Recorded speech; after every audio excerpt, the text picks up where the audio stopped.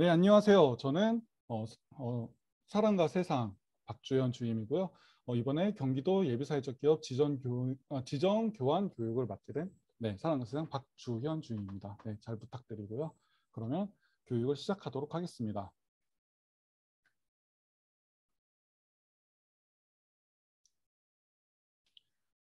먼저 이제 목차를 말씀을 드릴게요. 아무래도 이제 다 예비사회적 기업 지정으로 오신 분들이다 보니까 굉장히 목차가 좀 단순합니다.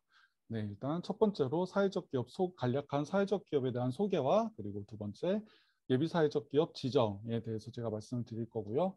그리고 마지막으로 질의응답을 갖는 시간을 갖도록 하겠습니다.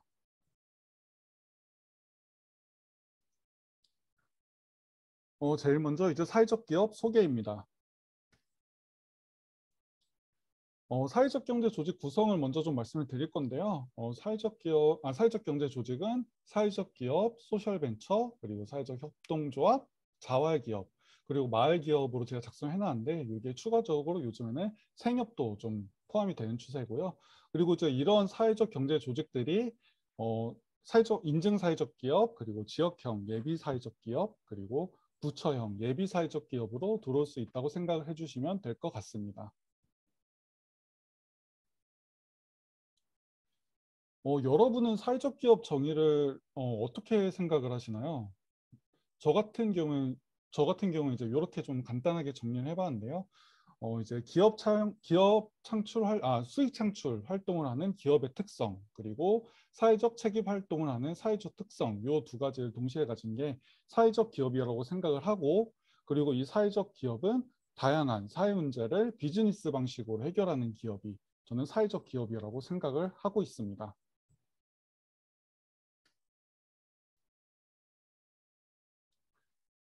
그리고 이제 인증 지정 요건을 좀 비교를 해드릴 건데요. 여기서는 뭐 자세히 보실 필요는 없고 여러분 같은 경우는 어쨌든 간 지역형 예비사회적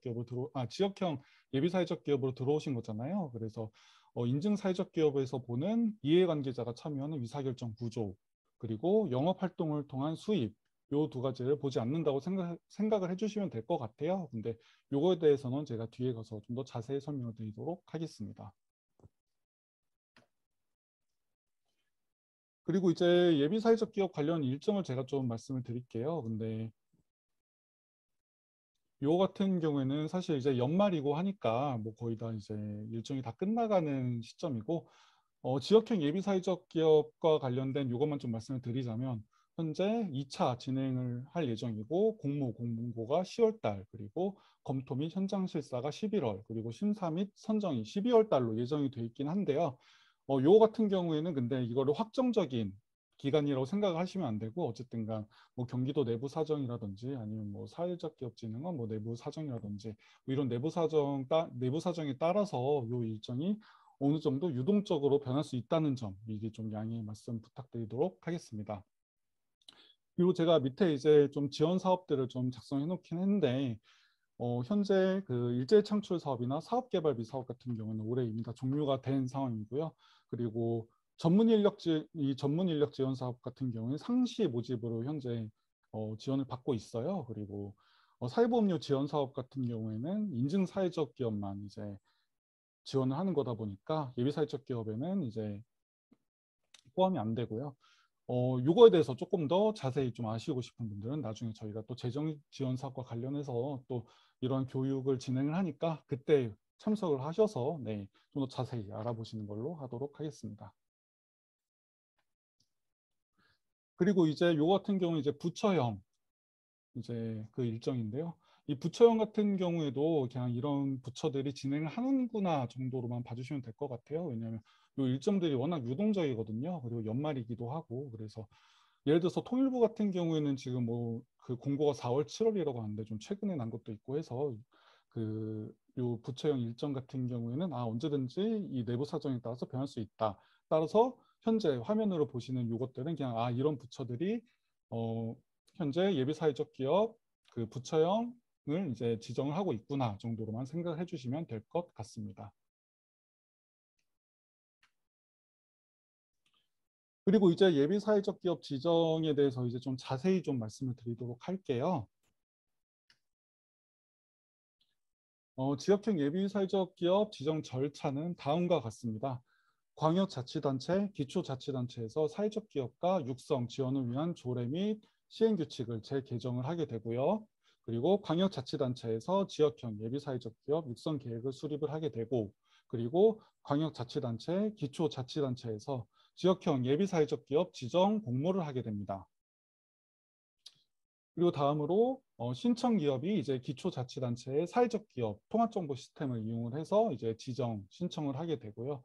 그리고 사회적 기업 육성전문위원회 또는 심사위원회를 구성을 이제 광역자치단체에서 하게 되고, 그리고 광역자치단체에서 지정 심사 및 지정을 하게 됩니다.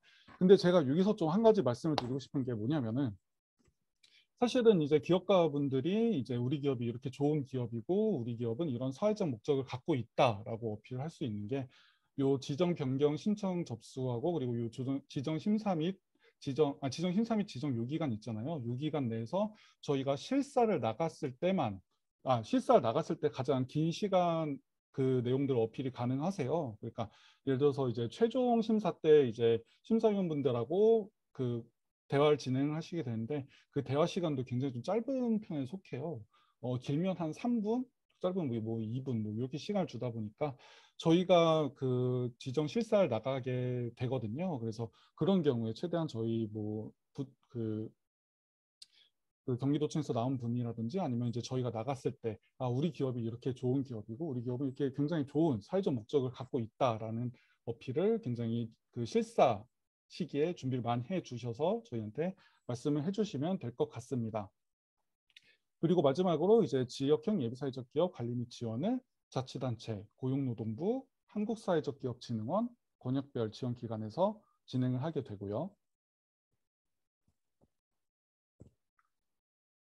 네.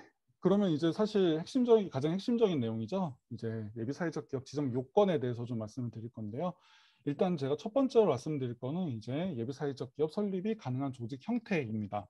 제가 이렇게 굉장히 길게 써놓긴 했는데 이 중에서 사실 가장 핵심적인 내용은 제가 노란색으로 칠해놓은 부분인데, 예를 들면 이제 민법에 따른 법인, 조합, 그리고 상법에 따른 회사, 그리고 협동조합, 그리고 비영리 단체 등이 있는데요.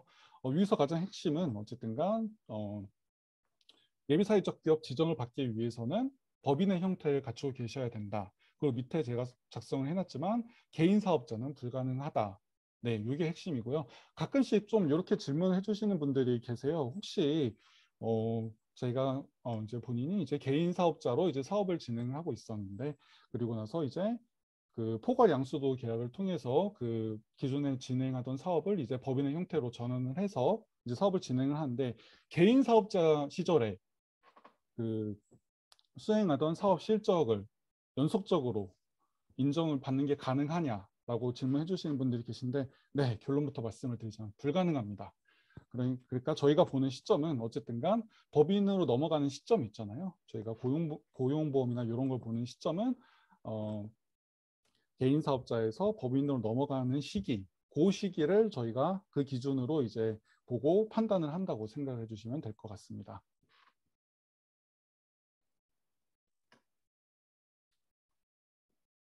다음으로 말씀드릴 거는 신청기업의 지점 또는 지부 지회에 대한 내용인데요. 여기서 제가 좀 말씀드리자면, 영리조직은 지점의 사업 실적을 모두 포함하여 지정 신청을 해야 된다고 작성이 되어 있고, 비영리조직의 경우 사업자 등록증이 있는 지점은 포함해서 인증 신청을 해야 되나 지부 지회는 제외된다고 작성이 되어 있고요. 그리고 신청기업의 지점 또는 지부 지회는 법인 등기상 전부 증명서상 지점으로 등재되어 있어야 하며, 지정을 위한 실적 중에 사업자 등록증이 없는 지점 또는 지부 지회 실적은 제외가 된다고 작성이 되어 있습니다. 근데 여기서 또 또 사업자분들이 조금 많이 좀 헷갈려 하시는 게, 사업자 등록증하고 개인 사업자, 이게 뭐냐, 사업자 등록증하고 이제 고유번호증, 요거에 대해서 좀 질문을 많이 주세요. 그래서 이 부분을 좀 미리 설명을 드리자면, 뭐 사업자 등록증은 모두 다 아실 테니까 제가 사업자 등록증은 따로 설명 안 드리고, 고유번호증 같은 경우에는 이제 통상적으로 이제 부가세를 내지 않는 곳들, 그리고 법인세를 내지 않는 사업을 하는 곳들, 즉 이제 비영리 법인이 비영리로 규정된 사업을 할 수 있을 때 받을 수 있는 게 고유번호증이라고 생각을 하시면 됩니다. 그러니까 나중에 이제 신청하실 때 있어서 이 두 가지는 헷갈리시지 않으시겠죠. 그러니까 네, 신청을 하실 때 조금 더 정확히 신청해 주시면 될 것 같고요. 그리고 사실 이 슬라이드에서 가장 핵심적인 내용이 바로 이 내용입니다. 대표자 및 대표자 가족이 별도 사업체 운영 시에 주된 사업 내용, 독립된 사무공간 확보 여부, 근로자 혼재 가능성. 여기서 말씀드리는 근로자 혼재 가능성이란 예를 들어서 대표자님께서 현재 기업 A하고 기업 B를 동시에 운영하고 있다라고 생각을 하시고, 기업 A하고 기업 B를 동시에 운영하고 있는데 이 근로자 한 명을 계속 A 기업하고 B 기업하고 왔다 갔다 하면서 이제 근무를 하실 때 요때 이제 근로자 혼재 가능성이라고 저희가 얘기를 하는 거고요. 그리고 이제 기업의 출자 구조 및 상호거래 내역, 상호거래 내역 같은 경우에는 저희가 뭐 계정별 원장이나 아니면 뭐 매입장, 매출장 이런 걸 통해서 확인을 하게 됩니다. 그래서 이런 것들을 이제 종합적으로 저희가 확인을 해서 독립성 여부를 판단을 하게 됩니다.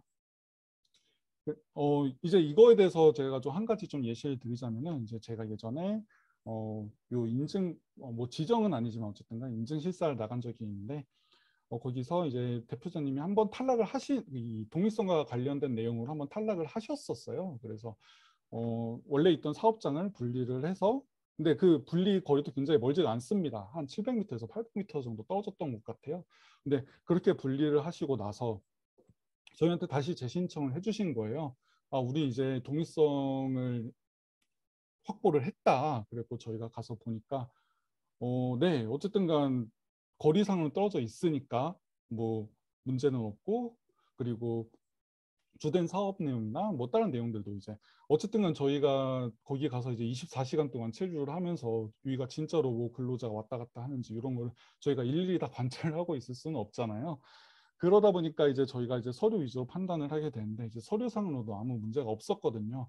근데 그럼에도 불구하고 이제 심사위원분들은 이제 이 기업을 보실 때 있어서 긍정적인 시선으로만 바라보시진 않는다. 비록 독립성을 확보를 하기는 했지만 어쨌든 간 거리상도 굉장히 가깝고 이러다 보니까 뭐 이것 때문에 뭐 이 한 가지 요소 때문에 뭐 붙는다 못 붙는다 뭐 이런 걸 말씀드릴 수는 없지만 어쨌든 간 심사위원분들이 요 요소에 대해서는 긍정적으로 바라보시진 않는다 정도로 생각을 해주시면 될 것 같습니다. 다음으로 말씀드릴 거는 이제 사회적 목적 실현 부분인데요. 아무래도 이제 사회적 기업을 준비하시는 분들이 가장 이제 어려워하시는 부분 중에 하나죠. 그래서 이 부분을 좀 간단하게 말씀을 드리자면은 일단 첫 번째로 정의를 좀 말씀드릴게요. 이 정의는 취약계층에 사회 서비스 또는 일자리를 제공하거나 지역사회에 공헌을 함으로써 지역 주민의 삶의 질을 높이는 등 사회적 목적의 실현을 조직의 주된 목적으로 할 것. 이게 내용이고 요거에 대한 판단 기준은 사업 계획서와 정관을 통해서 판단을 한다고 생각을 해주시면 될 것 같습니다. 그리고 한 5가지 형태 정도 있잖아요. 근데 그중에서 제가 일자리 제공명은 좀 앞으로 빼왔어요. 그 이유는 제가 뒤에서 설명해 드릴 건데 그 전에 먼저 이제 이걸 말씀을 드리자면 일자리 제공령 먼저 좀 설명을 드릴게요. 일자리 제공령 같은 경우는 지정 신청 시 직전 월말 기준으로 한 명 이상의 유급 근로자를 고용을 하고 전체 근로자 중 취약계층의 비율이 30% 이상이어야 하며 괜찮은 일자리 기준을 충족을 해야 한다고 작성이 돼 있잖아요. 여기서 괜찮은 일자리란 기간의 정함이 없어야 되고 그리고 최저시급 이상 지급을 하셔야 되고 그리고 주 15시간 이상 근무를 하셔야 되는 게 이 괜찮은 일자리 요건이라고 봐주시면 될 것 같습니다. 이것도 굉장히 그 그 대표자분들이 많이 좀 틀리시는 요소 중에서 하나예요. 그래서 이것도 좀 일자리 제공용으로 들어오시는 기업이라면 좀 신경 써주셔야 된다. 좀 말씀을 먼저 드리고요. 그리고 이제 유급 근로자를 만약에 그 한 명을 고용하고 있을 때에는 취약계층, 반드시 취약계층을 고용하고 계셔야 되고요. 그리고 신청 직전월 이전에 이제 3개월 이내로 이제 고용조정 사실이 없으셔야 합니다. 이 고용조정 사실 같은 경우에는 제가 뒤에 가고 서류를 간단하게만 좀 설명을 드릴게요. 워낙 좀 내용이 방대하다 보니까. 그래서 이건 나중에 이제 뒤에 가셔서 보시면 될 것 같고요. 이제 간단하게 좀 설명을 드리도록 하겠습니다. 이제 첫 번째로 사회 서비스 제공형입니다. 사회 서비스 제공형 같은 경우에는 조직의 주된 목적이 취약계층에게 사회 서비스를 제공하는 것일 경우에 이제 사회 서비스를 제공받는 사람 중 취약계층의 비율이 30% 이상이어야 된다. 이게 그 내용이고요. 사회 서비스 실적의 판단 기준 다음과 같습니다. 일단은 그러니까 중요성은 인원 그리고 제공 시간 그리고 제공 횟수 순서로 중요성을 갖게 되고요. 그리고 일자리 제공용 같은 경우는 제가 앞에서 말씀을 드렸죠. 조직의 주된 목적이 취약계층에게 일자리를 제공하는 것일 경우 유급 근로자 1명 고용 및 전체 근로자 중 취약계층의 고용 비율이 30% 이상이어야 한다. 요거고요. 그리고 혼합형 같은 경우에는 취약계층의 고용 비율과 그리고 전체 서비스의 수혜자 중에서 사회 서비스를 제공받는 취약계층의 비율이 각각 20% 이상. 그러니까 이걸 좀 조금만 더 자세히 설명해 드리자면 취약계층의 고용 비율 20%. 네네. 일단은 이렇게만 알고 계시면 될 것 같고요. 그리고 이제 기타 창의력 시행령 같은 경우에는 사업의 특성상 취약계층 고용 또는 사회서비스 제공 비율을 계량하기 힘든 경우. 그러니까 여기서 가장 핵심은 이제 계량하기 힘든 경우라고 생각을 해주시면 돼요. 그러니까 요거에 대해서 좀 한 가지 예를 들자면 도시재생 사업을 하는 기업들이 있잖아요. 그러니까 요 도시재생 사업을 할 때 예를 들면은 그 사업 중에서 하나가 공원 같은 거를 이제 낙후된 공원을 조금 더 이제 다시 한번 리모델링 같은 걸 진행을 해서 시민들이 조금 더 많이 사용할 수 있게 이런 식으로 이제 사업을 진행을 하는 경우가 있는데 요거 같은 경우에는 어쨌든 간그 사업이 그러니까 그 보수가 완료가 되고 나서 그 취약계층을 가고 사실은 이 공원 어떤 사람들이 지금 실제로 혜택을 받고 있는지 산정을 하기가 어렵잖아요. 저희가 가고 거기 가서 이 사업을 하시는 분이 이분은 취약계층이다 아니다 이런 걸 다 일일이 판단을 하면서 취약계층 산정을 할 수 없는 이런 경우 그러니까 예를 들 극단적인 예가 이제 이런 거고요. 그래서 어쨌든 기타 창의력 시행령의 핵심은 계량하기 힘든 경우라고 생각을 해주시면 될 것 같습니다. 그리고 제가 이제 이제 밑에 보시면 제가 앞에 일자리 제공명을 미리 빼서 설명을 드린 이유가 나오는데 예비 사회적 기업 지정 같은 경우에는 기준을 현재 시점에서 충족시킬 필요가 없으세요. 그래서 계획으로만 일단 지정이 가능하시거든요. 그래서 일자리 제공령을 제외하고 다른 형태들은 모두 다 네, 계획으로만 지정이 가능하다라고 생각해 주시면 되는데 다만 이제 어쨌든 간 계획으로만 지정을 하는 거다 보니까 아무래도 조금 더 작성해 주실 때 이 계획을 조금 더 구체적으로 작성해 주셔야지 네, 조금 더 긍정적인 평가를 받을 수 있으실 거라고 생각을 합니다. 다음은 이제 지역사회 공헌형인데요. 요 지역사회 공헌형 같은 경우에는 사실 인증으로 들어오시는 경우에는 이게 사실 조금 들어오시기가 조금 힘든 경우예요. 왜냐하면 여러분들도 아시겠지만 경기도는 뭔가 지역의 특색이나 뭔가 특산물 이런 게 좀 부족한 지역에 속하다 보니까 인증으로 들어오실 때는 굉장히 좀 지역에서 이걸 좀 팍팍하게 보는 경우가 있는데 어, 지정으로 들어오실 땐 이걸 좀 널널하게 보시다 보니까 그 심사를 하시는 분들께서 상대적으로 좀 들어오시기가 조금 더 수월한 형태 중에 하나거든요. 네, 그래서 그렇게 생각해 주시면 되고 그래서 이제 지역사회 공헌형에 대해서 조금 더 설명을 해드리자면 지역사회 공헌형은 크게 가형, 나형, 다형으로 나뉘어지고요. 가형 같은 경우에는 해당 조직의 전체 근로자 중에서 그러니까 해당 기업이 있는 지역에 거주한 취약계층의 고용 비율 혹은 그 사회 서비스를 제공받는 사람 중 그러니까 해당 지역에서 그러니까 사회 서비스를 제공받는 사람이 그 기업이 있는 지역에 해당이 되는 경우 네, 그 경우에 이제 가형으로 들어오신다면 가형으로 들어온다고 생각하시면 되고요.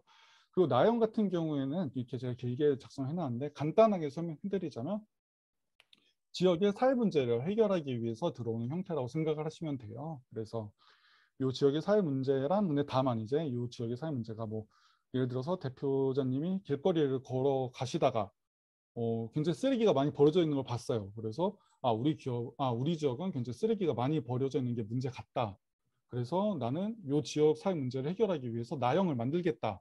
이렇게 하셔갖고 네 지역 사회 문제라고 이거를 산정을 하셔서 이렇게 올라오시면은 이걸 저희가 네 이거 같은 경우는 조금 드시기가 힘드시고요. 고유위제 문제만 해당이 되게 됩니다. 여기서 이제 고유위제 문제란 뭔가 공적인 절차들이 좀 들어간 것들 있잖아요. 뭐 지역 주민의 의견이 들어갔다거나 아니면 전문가들이 참여를 해서 이게 이 지역사회 문제다라고 얘기를 했거나 하여튼 이런 요소들에 이제 이런 공적인 차별화된 요소가 포함이 되어야지만 이게 고유 문제로 설정이 되고 그리고 이 고유 위제가 이제 나형으로 나형의 지역의 사회 문제로 지정이 된다고 생각을 해주시면 될 것 같습니다. 그리고 다형 같은 경우에는 또 제가 굉장히 이렇게 길게 써놨죠. 근데 요약을 해서 말씀을 드리자면 이제 사회적 경제 조직을 컨설팅 혹은 마케팅 그리고 자금 지원 등 어쨌든 이러한 지원을 하는 조직 그러니까 사회적 경제 조직을 지원을 하는 조직이 다형으로 신청이 가능하다라고 생각을 해주시면 될 것 같습니다.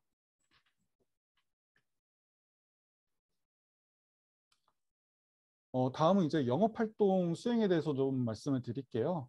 신청 직전월이 속하는 달에 재화나 서비스를 생산, 판매하는 등 영업활동을 수행하고 있을 것이라고 제가 작성을 해놨는데 여기서 가장 핵심은 이거예요. 그러니까 유급 근로자를 고용 혹은 매출 발생이 요건은 아니고 그리고 사업자 등록증이 있어야 된다. 그러니까 유급 근로자를 현재 시점에서 고용을 하고 계실 필요가 없으시고 매출이 발생을 하고 있지 않으셔도 상관이 없으십니다. 근데 다만 이제 제가 아까도 말씀드리긴 했지만 일자리 재고용 같은 경우에는 어쨌든 유급 근로자를 고용을 하셔야 되니까 제가 이렇게 말씀을 드렸다고 해서 그럼 우리도 이렇게 말씀해 주셨으니까 유급 근로자를 고용해도 되지 안 해도 되는 거 아니냐 이렇게 생각해 주시면 안 되고 유급 근로자 그러니까 일제 재고용 같은 경우에는 유급 근로자 고용이 무조건 되셔야 합니다. 그리고 또 사업자분들이 많이 틀리신 게 사업자 등록증이 있어야 되는데 이 사업자 등록증을 또 등록 안 하시고 오시는 분들도 많이 계세요. 그러다 보니까 반드시 좀 사업자 등록증을 좀 반드시 구비를 하셔서 좀 들어오셨으면 하고요. 그리고 당연한 얘기겠지만 유급 근로자가 있으실 경우에는 노동관계법을 반드시 준수를 하고 계셔야 합니다. 네. 그리고 다음으로 말씀드릴 거는 다만 이제 재정 지원 사업 있잖아요. 제가 아까 말씀드렸던 뭐 일자리 창출 사업이라든지 사업개발비 지원 사업이라든지 그리고 전문 인력 지원 사업이라든지 그 보험료 지원 사업이라든지 이런 사업들에 참여를 하시기 위해서는 유급 근로자를 고용을 하셔야 되고 그를 통해서 이제 매출을 발생하고 계셔야지 재정 지원 사업에 참여할 수 있는 자격이 생기시게 되고요. 제가 계속 유급 근로자라고 말씀을 드렸잖아요. 그래서 유급 근로자에 대해서 좀 설명을 드리자면 고용 형태는 아무런 상관이 없습니다. 정규직이셔도 상관이 없고 그리고 계약직이라도 상관이 없으세요. 다만 저희가 보는 조건은 고용보험에 가입이 된 분, 고용보험에 가입이 된 분이라면 저희가 유급 근로자라고 산정을 하고 그리고 이제 유급 근로자 수에 산정을 하게 됩니다. 그리고 제가 다음으로 말씀드릴 거는 고용보험에 가입된 근로자라고 하더라도 대표자의 배우자 그리고 대표자 및 배우자의 직계 좀비속 그리고 임원 같은 경우에는 유급 근로자 수 산정에서 제외를 하게 되고요. 다만 이제 근로자 대표 같은 경우는 어쨌든 간 근로자가 이제 근로자 대표인이 되는 거잖아요. 그러다 보니까 유급 근로자 수에 저희가 포함을 해서 산정을 하게 되고요. 그리고 제가 이제 임원의 정의에 대해서 좀 말씀을 드리자면 등기상 전무증명서상 이제 그 등록이 되어 있으면서 회사의 회장, 사장, 대표이사, 전무이사, 상무이사, 감사 등의 직함을 갖고 대표권, 업무집행권 등을 행사하는 자가 임원이라고 생각을 해주시고 나중에 유급 근로자를 산정을 할 때 이렇게 제외를 하시고 작성해 주시면 될 것 같습니다. 다음 이제 배분 가능한 이유는 사회적 목적으로 사용한다는 내용인데요. 상법에 따른 회사 등의 경우에는 회계 연도별로 발생한 배분 가능한 이윤의 3분의 2 이상을 사회적 목적을 위해 사용한다는 내용이 정관에 명시가 되어 있어야 하고 그리고 회사의 해산 및 청산 시에도 배분 가능한 자녀재산이 있는 경우에 자녀재산의 3분의 2 이상을 다른 사회적 기업 또는 공익적 기금 등에 기부하도록 하는 내용이 포함이 되어야 된다는 게 이 배분 가능한 이윤을 사회적 목적으로 사용해야 된다는 내용입니다. 그리고 그리고 이제 대표자분들이 좀 많이 틀리시는 게 이제 또 나오는데 노동관계법령 및 수행사업 관련 현행법 준수 그리고 교육 이수인데요. 요 첫 번째 그러니까 근로기준법, 최저임금법 등 노동관계법령 그리고 뭐 직업안전법 뭐 이런 이제 사업과 관련된 현행법을 위반을 잘 안 하세요. 요 같은 경우에는 위반 잘 안 하시는데 어쨌든가 다른 지정 요건을 충족하더라도 이걸 위반하고 계시면 이제 지정이 불가능하시고요. 그리고 다만 이제 신청 직전은 이제 3개월 동안 저희가 이걸 또 조회를 하게 됩니다. 그래서 이거를 해소를 하셨는지 그리고 해소를 하시고 들어오셔야죠, 당연히.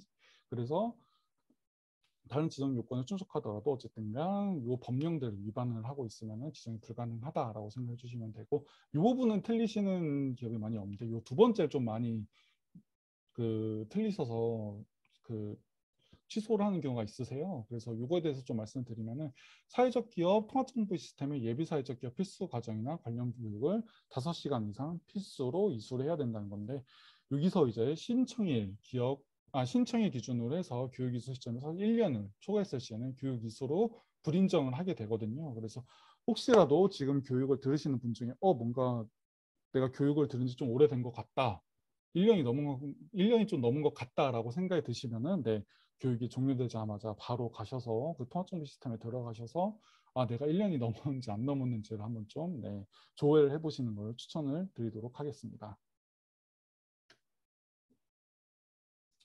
그리고 제가 이제 정관에 대해서 좀 가져왔어요. 그래서 정관 같은 경우에는 이제 제가 노란색으로 표시해놓은 목적 그리고 수익 배분 및 재투자에 관한 상황, 종사자의 구성 및 임명에 관한 사항, 그리고 해산 및 청산에 관한 사항 요 네 가지를 제가 노란색으로 칠해놨는데 네 역시 요걸 제가 칠해놓은 이유는 아무래도 기업을 하시는 분들이 가장 많이 틀리시는 게 요 네 가지거든요. 그래서 그 종사자의 구성 및 임명에 관한 사항 같은 경우에는 요 같은 경우는 별다른 설명보다는 네, 나중에 신청하실 때 저희한테 어, 한번 검토를 하실 때 저희한테 말씀해 주시면 간단한 내용이니까 요거에 대해서는 따로 설명을 안 하고요.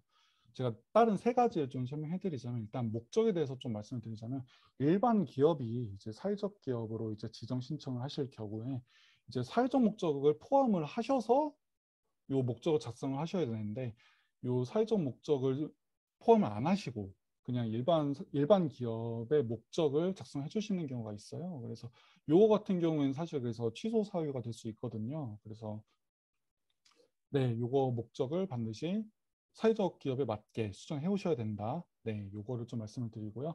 두 번째로 말씀드릴 거는 이제 수익 배분 및 재투자에 관한 사항.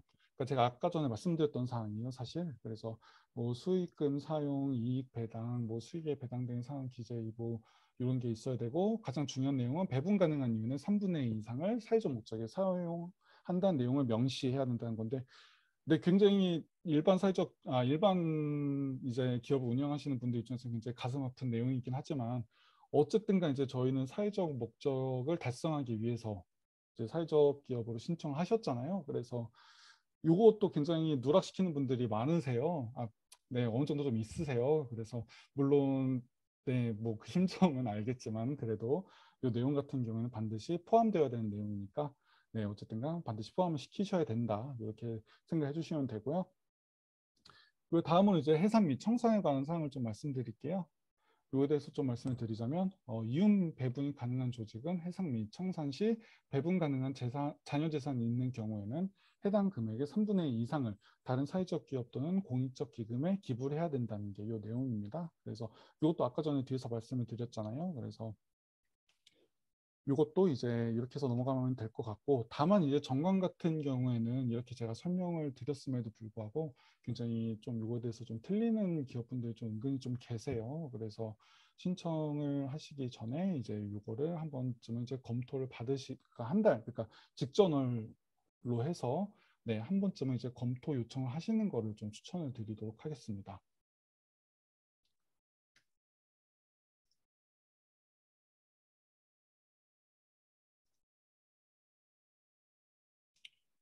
다음으로 이제 지정 제한에 대해서 좀 말씀을 드릴 건데요.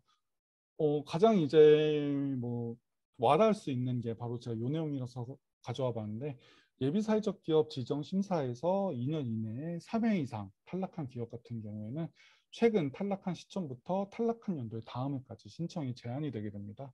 그래서 이거에 대해서 좀 예시로 좀 설명을 드리자면 2020년 3월에 지정 심사에서 탈락한 기업이 그 같은 해 9월, 2020년 9월에 신청해서 또 탈락을 했고 그리고 21년 3월에 또 지정 신청을 하셨어요. 근데 또 탈락을 하셨어요. 그러면은 21년 12월까지 이게 제한이 되는 게 아니라 그 다음에 22년 12월까지 신청이 제한이 된다고 생각을 해주시면 될 것 같습니다.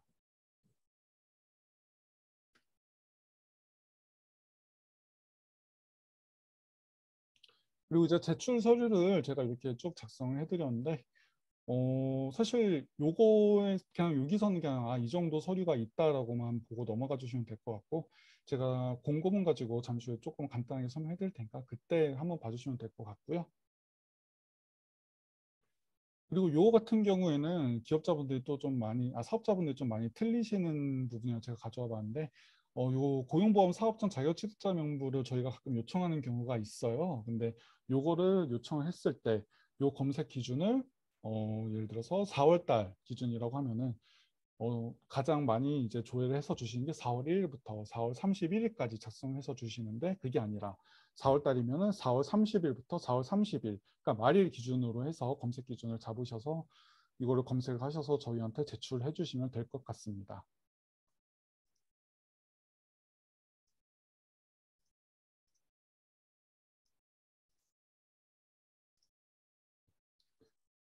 그리고 말씀드릴 거는 이제 약간 부록 같은 건데요. 요거에 대해서 그가 최저임금에 대한 건데 요걸 좀 이거에 대해서 좀 말씀을 드리자면 뭐 모두가 아시겠지만 현재 시점에서 최저임금은 9,160원이고요.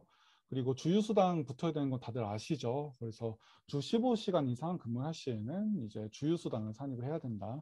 요거 아셔야 되고 제가 말씀드리고 싶었던 게 사실 요 3번이에요. 그래서 최저임금 적용 제외 대상에 대해서 좀 설명을 해드릴 건데 지적 장애나 신체 장애로 근로 능력이 현저히 낮은 자로서 고용노동부 장관의 인가를 받은 자, 요 분일 경우에는 이제 최저임금 적용 제외 대상인데요. 근데 다만 이런 분이라면은 저희한테 나중에 이제 지정 실사를 하실 때 요 고용노동부 장관의 인가를 받았다는 요 인가증을 저희한테 제출해 주셔야지 저희가 인정을 해드리고요. 그리고 그 수습, 그러니까 수습 기간 같은 경우에는 3개월까지, 최저임금은 3개월까지, 네. 최저임금 3개월이 아니라 수습 기간 3개월까지 이제 최저임금의 90% 지급이 가능하다고 생각을 해주시면 될 것 같습니다.